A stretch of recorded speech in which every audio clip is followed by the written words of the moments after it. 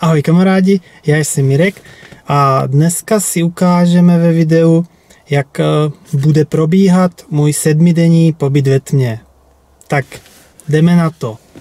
Teď jsme právě na cestě do města Lomec, kde jsem si objednal pobyt 7denní za 14 000 včetně jídla. Všechno mám zbalený. Vlastně nic jsem sebou nepotřeboval si brát. Jo, jediný, co jsem chtěl, tak zubní kartáček, a tady tu zubní hygienu, svůj oblíbený polštář pod hlavu a pár kousků oblečení. Všechno ostatní bude zajištěný. A jaký je vlastně důvod, proč jsem se rozhodl absolvovat tady takový pobyt? Přišlo mě to prostě do mysli, že vlastně existuje něco takového a říkal jsem si, že to vůbec není špatný nápad. V dnešní době, kdy svět je přesycený informacemi a všude samé notifikace, informace, strašně moc ten svět utíká a říkal jsem si, že bude dobrý si na týden odpočinout, udělat takový digitální detox i detox jakoby stravy, protože tam budu pít jenom vodu a strava bude vegetariánská, takže uvidíme, co to se mnou udělá. Nejvíc se asi těším na to, jak bude reagovat můj mozek na tu tmu a dezorientaci ohledně času, jo, protože vlastně člověk ztratí pojem o čase, takže to jsem zajímavý, jak to budu prožívat. Každopádně jednou za den dostanu jídlo, takže zhruba budu vědět, který den je který, ale jako takhle obecně člověk kolikrát všechno řeší na vteřiny přesně a teďka pro mě hodina bude prostě žádná míra. Jo, takže že uvidíme.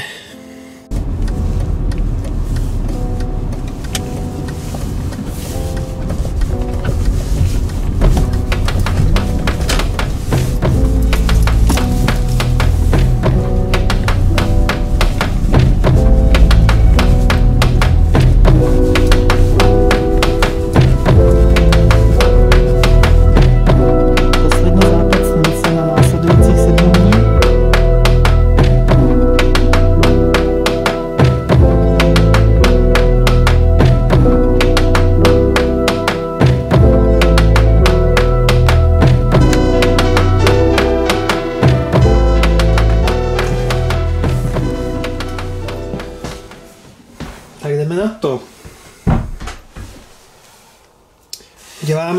Uděláme takovou exkurzi, jak to tady vypadá.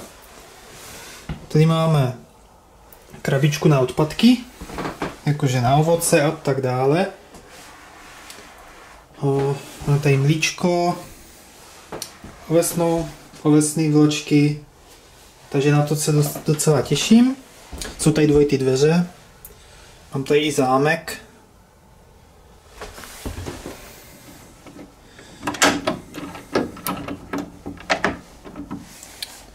Ven už dneska nepůjdu ani následujících 7 dní, takže můžeme začít.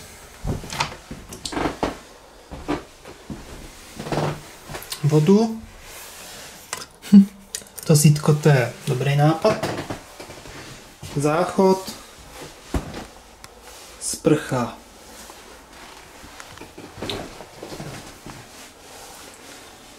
Je to tady hodně stisněný, ale vypadá to super. No a to je ta hlavní místnost. Mám tady krásných 25 stupňů, venku -2. Je tady konvice.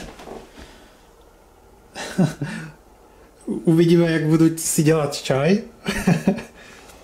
Tady ovládání topení. Sluchátka s muzikou. To otestujeme. Nevím, to je taky nějaký topení.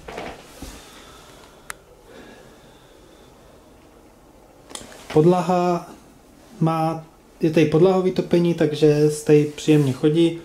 Vůbec teďka už ztrácím jako pojem o čase. Mobil jsem si nechal v autě. Vypl jsem ho, dal jsem ho do šuplíku a je to. Mám strašnou chuť tady na to. A to nejhlavnější, tady je vypínač. Máme ručník na obličej. Donesl jsem si semka kartáček, zubní pastu. Už uběhla nějaká hodinka a já jsem vlastně věnoval teď prostě čas přípravě na těch 7 dní za světla, protože kdybych si to měl všechno balit a všechno chystat ve tmě, tak nevím, jak by to dopadlo. Takže jsem se rozhodl, že si to teďka všechno nachystám, zkusím, jak to funguje. Tady jsem si udělal koutek s oblečením. A tady mám koutek na natáčení, kapesničky a poznámkový blok.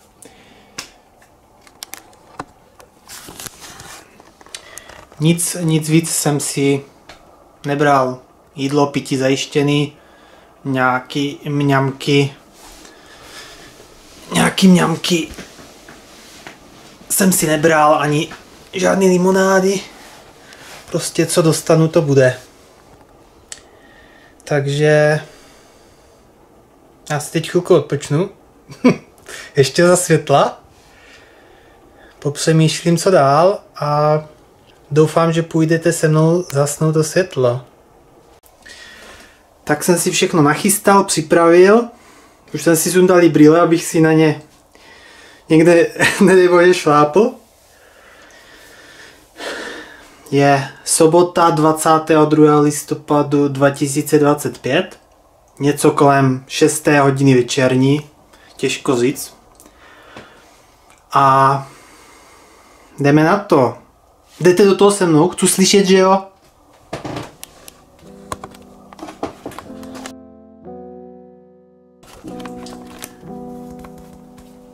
Tak. Jste připraveni? Já teda vůbec. Kolik to je? 7 dní? 7x24.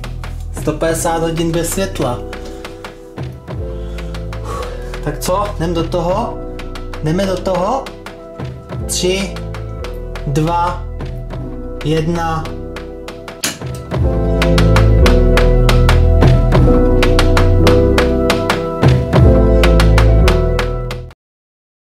Mám to vymyšlený tak, že aby mě šlo vidět, tak jsem si sebou vzal červené světlo a abych to červené světlo neviděl, tak jsem si vzal pásku přes oči. Dneska je neděle, asi 20 hodin večer. Jako za těch 30 hodin, tak jsem toho moc neudělal. Vůbec nebyl čas. Jo, akorát jsem odpočíval. Chvilku jsem ležel na levém boku, chvilku na pravým. Pak jsem si lehl na záda a dokonce i na břiše jsem ležel. No a najednou prostě den pryč. Každopádně zaskočilo mě, kdy donesl oběd, protože jsem mezi tím, než mě ten oběd donesl, asi 6krát zdřímnul, takže já jsem nevěděl, jestli spím 5 minut, 50 minut nebo 5 hodin. Já si furt připadám, jak kdyby byla i jedna velká dlouhá noc. Protože furt chci spát. Jo, a nepřijde mně, že uběhly už jako třeba 2 dny. A říkal jsem si, jak si to jídlo vychutnám. A hovno leda. Zežral jsem to jak prostě hladový pes za 5 minut. Jedna věc je tady ta tma. Ale druhá věc, tak je to ticho. Já jsem si teď vypl klimatizaci, vypl jsem si ventilátor, konvice je vyplá a je tady extrémně ticho. A to je prostě něco neskutečného. Hodně specifická věc je tady, když člověk něco prostě, jak to říct, ztratí. Jo, já se si třeba skopnul polštář na zem a já jsem ho nemohl najít, já jsem ho nemohl nahmatat. Jo, nebo ten kelímek. Já jsem si nebyl jistý, kam jsem si ho položil. Zkoušel jsem meditovat. Tady je na to takový speciální bobek. Říká se tomu meditační polštářek. Nebo co to je? A je to úplně skvělý. Je to takový pytel plný písku. A perfektně se na tom sedí. Protože tady jakoby není židla, takže buď jako být zhrbenej na posteli, anebo můžu prostě tady na tom chillovat. Mám tady obrovský problém s orientací a tak jako celkově. Když vlastně vstanu třeba, tak ne, že bych jako měl úplně zamotanou hlavu, ale není mě to úplně příjemný, jo, protože nemám kolikrát čeho se chytnout a jsem takový jako dezorientovaný. Další věc mě napadla, že si tady připadám jak jakoby ve vězení. Tak, dneska je pondělí, pozdní odpoledne. My teďka jdeme cvičit.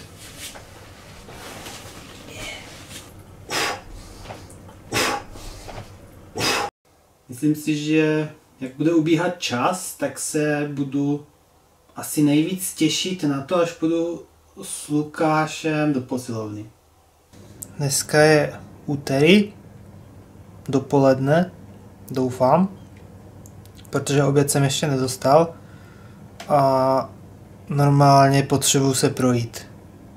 Už chápu takový ty zvířata v kleci, že chodí do kolečka. A je to fakt extrém, protože prostě otevřu oči, je tma, zavřu oči, je furt ta stejná tma, jo. Teď to stejný se zvukem. Zacpu si uši, je ticho. Otevřu si uši, je furt to stejný ticho. Bo teď už je středa odpoledne.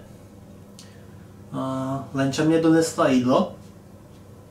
10 minut jsme si povídali, tak to bylo příjemný. Ale pěkně mě nasralo to, že je venku prej 15 cm sněhu. Že je to úplná ledovská zima. A to mě trošku zasáhlo. No a teď pojďte se mnou najíst. Já si semka dám vždycky takhle ten bobek. A dostal jsem hromadu ovoce, zeleniny, mlíko, všechno jsem měl snězený. A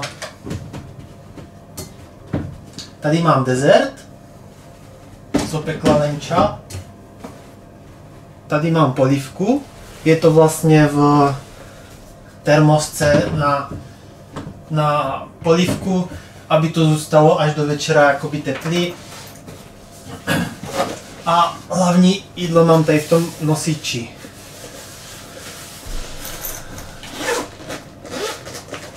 No, jsou tam dvě krabičky. Jsou tam dvě krabičky. V té spodní krabici je jenom teplá voda, aby to bylo trošku déle teplý. A tady je hlavní jídlo. Vůbec nevím, co to je. Jo. Semka dolů si dávám jídlo, což mám snězený. No. Myslím si, že rovnou bude potřeba si vzít ležící.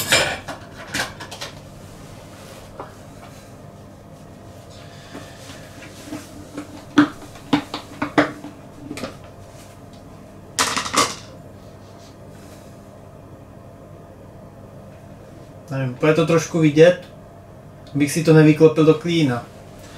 No, takže toto je jakoby oběd.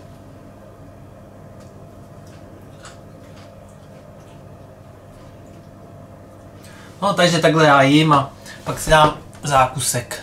Blíží se čtvrtek, to znamená, pojďte se mnou vykoupat.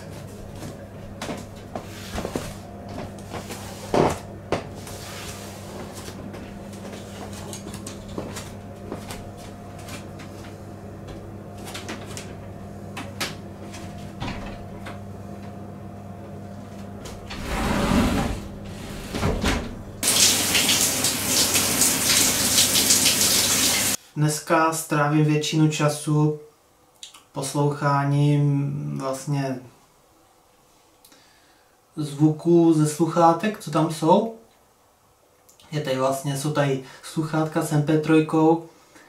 Konečně jsem to teda všechno proklikal. Jsou tam asi 4-5 knížek a 10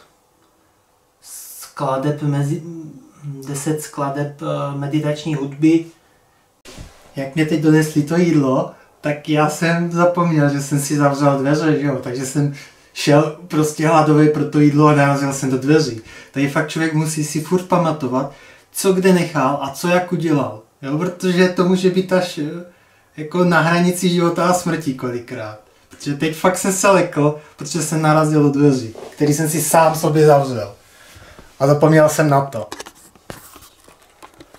Tak dámy a pánové, blížíme se pomalu ke konci a je potřeba si to nějak shrnout. Za tu dobu, co tady jsem, parádně jsem si odpočal a srovnal jsem si myšlenky. Každopádně dostáváme se k hlavní otázce. Změnilo mě to? Já si myslím, že ne. Jo, určitě to bude mít v budoucnu vliv na můj život, ale že by to znamenalo, že od zítra se můj život změní o 180 stupňů, to si nemyslím. Dostal jsem oběd, dostal jsem budík, aby mě zbudil ještě jakoby za tmy, no, takže kolem 6 hodiny ráno. Uvidíme se za svítání. To musí vypadat strašně blbě, jak hledám tu kameru. Tak kamarádi, je to tady. Budík zvoní. Jdeme se oblíct a jdeme ven.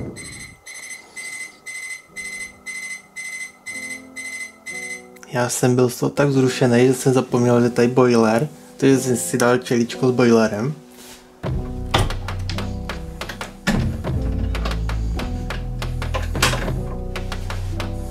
Ty kráso. Strašně se mě motá hlava. A je mě na zvracení. Ale to hustý. Sice je zataženo, ale je tady aspoň 10 cm sněhu, takže to je skvělý. Z toho mám dobrý pocit.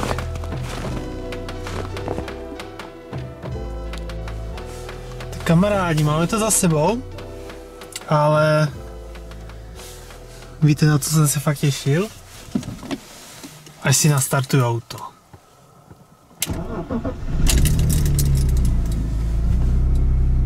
A není to nádhera. Takhle vypadám po 7 dnech ve tmě.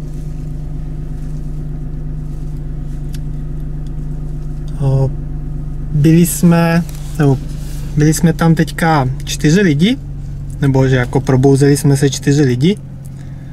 A bylo to hezký, že vlastně jsme byli 2 kluci, 2 holky a úplně jako stejného věku. Což mě docela překvapilo, myslel jsem, že tam bude prostě, nevím, tam prostě budou starší lidi a přitom mně přišlo, že já jsem z nich byl asi tak nejstarší. Což jako je příjemný, že lidi se začínají o sebe zajímat. No nic. To by bylo pro dnešek všechno a uvidíme se u dalšího videa. Ahoj.